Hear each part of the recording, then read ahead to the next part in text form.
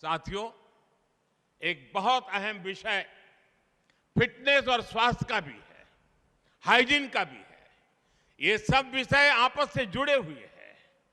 बहुत बार मैं देखता हूं कि बच्चों का जीवन इतना शिथिल हो गया है कि पूरा पूरा दिन निकल जाता है, कोई शारीरिक एक्टिविटी नहीं होती है, या तो डिजिटली मोबाइल पे बैठा है या टीवी के सामने बैठा है।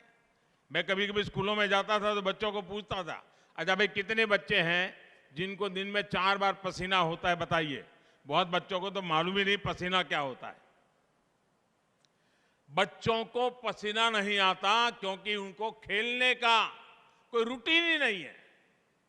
ऐसे में उनका सर्वांगीण विकास कैसे होगा?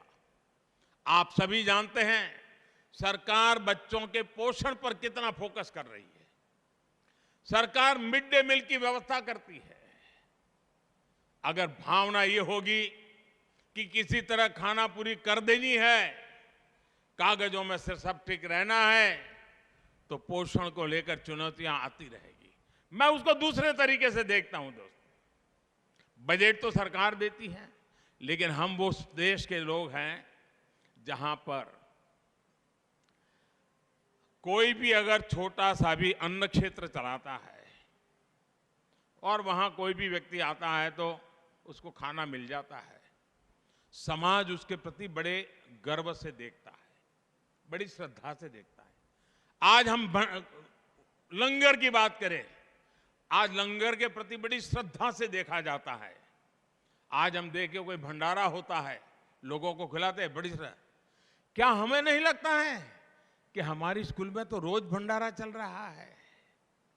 उन बच्चों को खिलाने का आनंद, उनके मन को संस्कारित करने का आनंद और एक पवित्र भाव, सिर्फ उसके पेट में कुछ खाना जाता है वो इनफ नहीं है दोस्तों।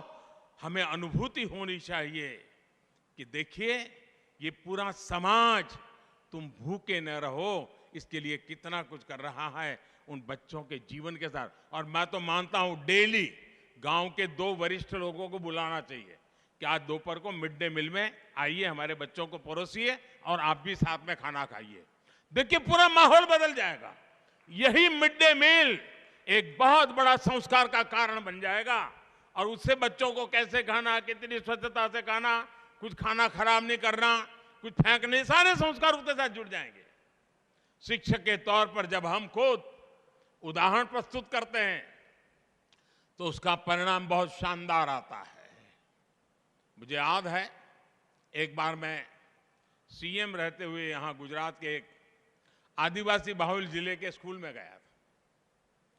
अब मैं वहां गया, मैंने देखा जो बच्चे थे बड़े साफ सुथरे थे और हर एक के ऊपर एकदम, जो छोटे बच्चे थे, पिन से एक हैंडकरचिप लटका हुआ था।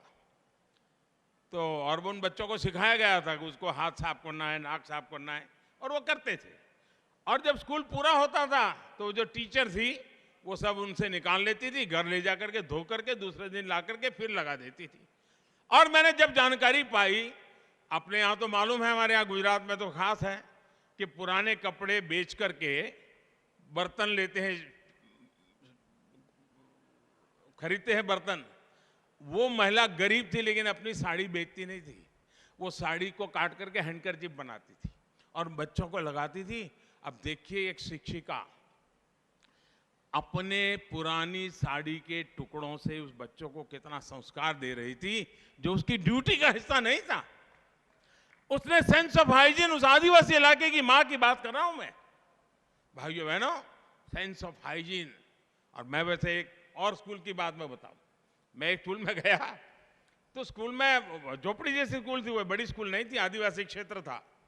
तो शीशा एक लगा था, मिरर लगा था, आईना, 2 बाय 2 का आईना होगा। उस टीचर ने नियम बनाया था, जो भी स्कूल आएगा पहले आईने के सामने 5 सेकंड खड़ा रहेगा, खुद को देखेगा, फिर क्लास में जाएगा। उस एकमात्र से प्रयोग से जो भी बच्चा आता था तुरंत उसके सामने अपना बाल ठीक करता था, उसका स्वाभिमान जग जाता था, उसको लगता था मुझे ऐसे रहना चाहिए। बदलाव लाने का काम टीचर कितना अद्भुत तरीके से करते हैं, ऐसे सैकड़ों उदाहरण हमारे सामने हैं। साथियों, आप कल्पना कर सकते हैं आपका एक छोटा सा प्रयास कितने बड़े परिवर्तन ला सकता है। मैं आपको कितने ही उदाहरण दे सकता हूं जो मैंने खुद भी आप शिक्षकों के बीच रहते हुए देखे हैं, जाने हैं, सीखे हैं।